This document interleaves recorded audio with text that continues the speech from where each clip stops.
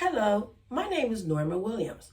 My major is communication, and today I would like to present to you my culture bag and what's in my culture bag. And I'd like to show you what experience have shaped my interpersonal communication skills. Well, I'd have to say being a mom and showing my mom would show me different things, but being a mom was one of them. But the most important part of it was when I became a mom in preschool and be on different types of boards. I was on the PTA board. I was also on my daughter's board when she was in preschool. I also have this lovely, beautiful award that I got in 2002 for being the most involved parent for my daughter.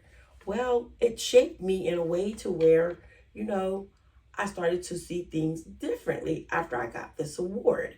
And it showed me the way things should go when you are in places like on the boards or PTA meetings and stuff like that.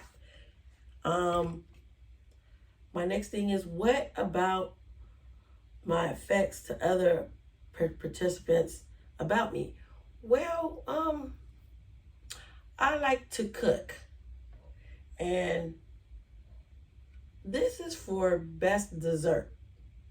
I make really good sweet potato pie, and it shows me that I'm very into things. I'm focused into things that helps me be who I am.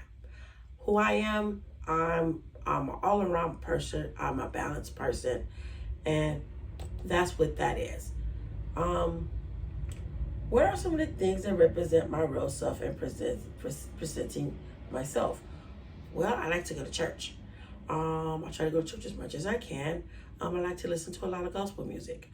But the one thing that's important to me more than anything that helps me and shows my real self is this Bible right here. I like to read the Bible. The Bible helps me and guides me through a lot of things, a lot of struggles that I go through. It helps me with my life. I went to church. I've been going to church since I was a little bitty girl. I know how to play the tambourine, things like that. But this Bible is my best friend. I will go to the Bible. I will pray. I would ask God for guidance. So this what represents me. This is who I am, and Jesus Christ. What are some of your hobbies? Well, when I was a little girl, I learned how to crochet. My grandmother's neighbor across the way, she was good friends with her. And I went to her home one day and she was like, I saw a pillow she made.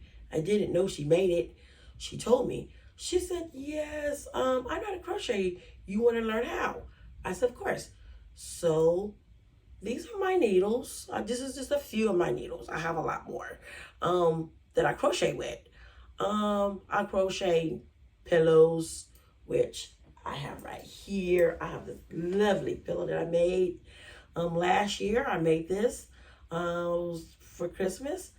And I have a box full of things that I can use to crochet with.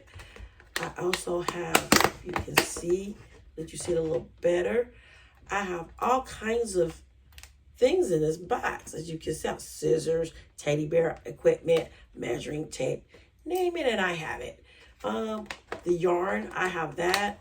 I also do other crafts in my spare time when I'm not crocheting or not making anything at that moment.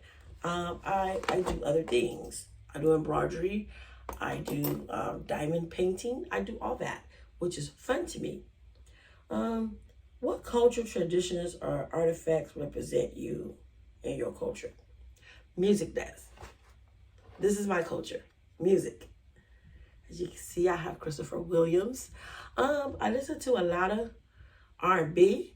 I listen to a lot of gospel. I also listen to a lot of funk music. There's a lot of fun music. What represents me more is the hair. See my hair? I did this 2 days ago. And these are braid at the top right here, and they're twisties at the bottom right here, and they're a little curly, yes. This represents me. This represents the culture we live in. A lot of ladies around here wear braids, twisty braids, protective braids. We could call it that. These are protective braids for me. I just wear it as a style, and it's much easier, and I move on. And I used to do hair back in the day for little girls and a few adults. I would do hair. They would regularly was my customers at that in the back of that day in that time. Now I don't do hair anymore, but I do my own still. And this is the product of the culture, or artifacts, you should say. What has shaped the way you communicate with family members? I'm a mom, as I said before. These are my children. They're a little older now. These are my children. My son is 16 and my daughter is 25. I'm about to be a grandmother. And so my daughter is due in December. And she's about to be 8 months. She's coming down for her little shower for her baby. And I communicate with them by helping them and give advice to them. If they ask me something, I try to help them out as much as possible. My daughter, who lives in Georgia, she calls me, try to call me once a week if she can. She also works. She's an assistant manager at AT&T. I communicate with my family that way. I also, when I was a little girl, my mother used to communicate with me. And yeah, I do little things here and there, and she would get on me. But I had to remember that she was my mom. My mom was supposed to get on me. And that's how I treat my children. My son is in 11th grade. He's doing wonderfully well. My daughter's wonderfully well. And they're just my family. They're wonderful. What are the things who have made me who I am? Well, these books have a lot to do with me as well. This is attached to me. Everybody knows me, I always have a book in my hand. I belong to a book club, which I started the book club, and we read books like this, like Terry McMillan, very interesting book, and then Cicely Tyson, which is a beautiful book. This book came out before she passed away. The book came out after she passed away, and or before she passed away. It came out and she passed away the next day. The book is a very interesting book. I sometimes see things in the book that interest me very well. And so I have to wrap this up now, but my culture bag is who I am. And this is my culture bag. And I want to tell everyone, thank you for looking at my presentation.